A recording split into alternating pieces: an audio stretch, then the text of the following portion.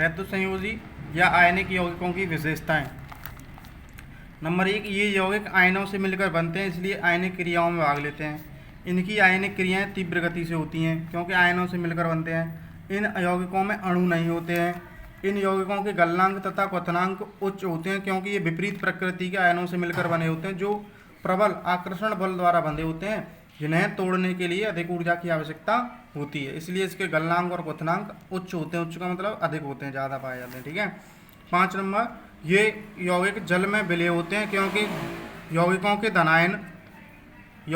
धनायनों को जल के ऋणायन घेर लेते हैं तथा ऋणायनों को जल के धनायन घेर लेते हैं। इस प्रकार एक आकर्षण बल लगाते हैं जिससे ये जल में घुल जाते हैं। तो देखो, जल एक ध्रुवीय विलायक है। ध्रुवीय विलायक का मतलब क्या है कि दो ध्रुव होते हैं, उसमें एक ऋणायन और एक धनायन, तो दोनों ऐसे करके आयनिक यौगिकों को अपने अंदर घोल लेता है। ठीक है। देखो, ये बता रखा है कि ये ऋणायन है और ये धनायन है। तो ये जल के अणु में दिख रहे हैं, जो ये ऋणायनों ने घेर रखा है और ये पॉजिटिव ने घेर रखा है।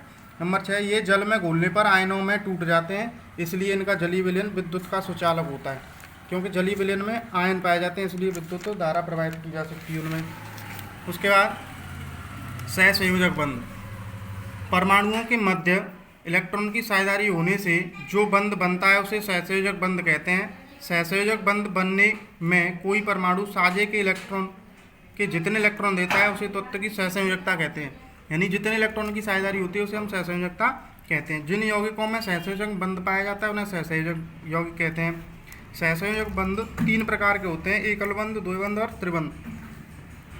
एकल बंध, जिन परमाणुओं के मध्य एक एक इलेक्ट्रॉन की साझेदारी होती है उसे एकल बंध कहते हैं। इसे एक रेखा द्वारा यानी सिंगल रेखा द्वारा प्रदर्शित करते हैं, जैसे कि हाइड्रोजन का निर्माण, क्लोरीन का निर्माण। देखो, यहाँ हाइड्रोजन में एक इलेक्ट्रॉन, यहाँ पर भी हाइड्रोजन पे एक इलेक्ट्रॉन, तो दोनों में एक एक इलेक्ट्रॉन की साझेदारी होती है, तो वहाँ पर 1H हाइड्रोजन का एक सिंगल बॉन्ड बनता है। ऐसे ही क्लोरीन है। क्लोरीन के में ये देखो, ये जो लिखा दिख रखे हैं पॉइंटों में संख्या क्या दिखा रखी है कि इनके लास्ट कक्षक में इलेक्ट्रॉन की संख्या, लास्ट कोष में इलेक्ट्रॉन की संख्या, इसमें 7 होते हैं, इसमें भी 7, क्लोरीन में 7 होंगे, तो एक एक इलेक्ट्रॉन की साझेदारी करते हैं। तो एक इससे ले लेगा तो इसके 8 हो जाएंगे और एक इससे ले लेगा तो इसके 8, तो इनमें सिंगल बॉन्ड की साझेदारी होती है। ऐसे ही द्विबंध। तो द्विबंध, जब परमाणुओं के मध्य दो इलेक्ट्रॉन की साझेदारी होती है तो उसे द्विबंध कहते हैं। इसे 2 रेखाओं द्वारा प्रदर्शित करते हैं, जैसे ऑक्सीजन का निर्माण, CO2 कार्बन डाइऑक्साइड का निर्माण।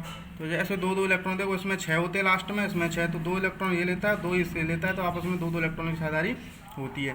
कार्बन को 6 इलेक्ट्रॉन की आवश्यकता होती है। ऐसे ही यहाँ 2 इसको 2 की और इसको, तो 2 तो इससे करते हैं कार्बन के और 2 इससे करते हैं, तो दोनों में 2 डबल बॉन्ड बनता है। ठीक है।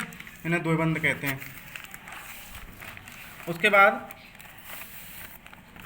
त्रिबंध, जब 2 परमाणु के मध्य 3 इलेक्ट्रॉन की साझेदारी होती है उसे त्रिबंध कहते हैं। इसे 3 रेखाओं द्वारा प्रदर्शित करते हैं, जैसे कि नाइट्रोजन का निर्माण N2। तो N2 का निर्माण देखें तो लास्ट कोष में 5 इलेक्ट्रॉन, इसमें भी 5 इलेक्ट्रॉन, तो 5 इलेक्ट्रॉन में 3 इलेक्ट्रॉन आपस में साझेदारी करते हैं क्योंकि 3 की आवश्यकता होगी, इसे वैसे ही 3 की, तो 3 में त्रिबंध बनता है इनके बीच। ठीक है। यहीं तक है आज।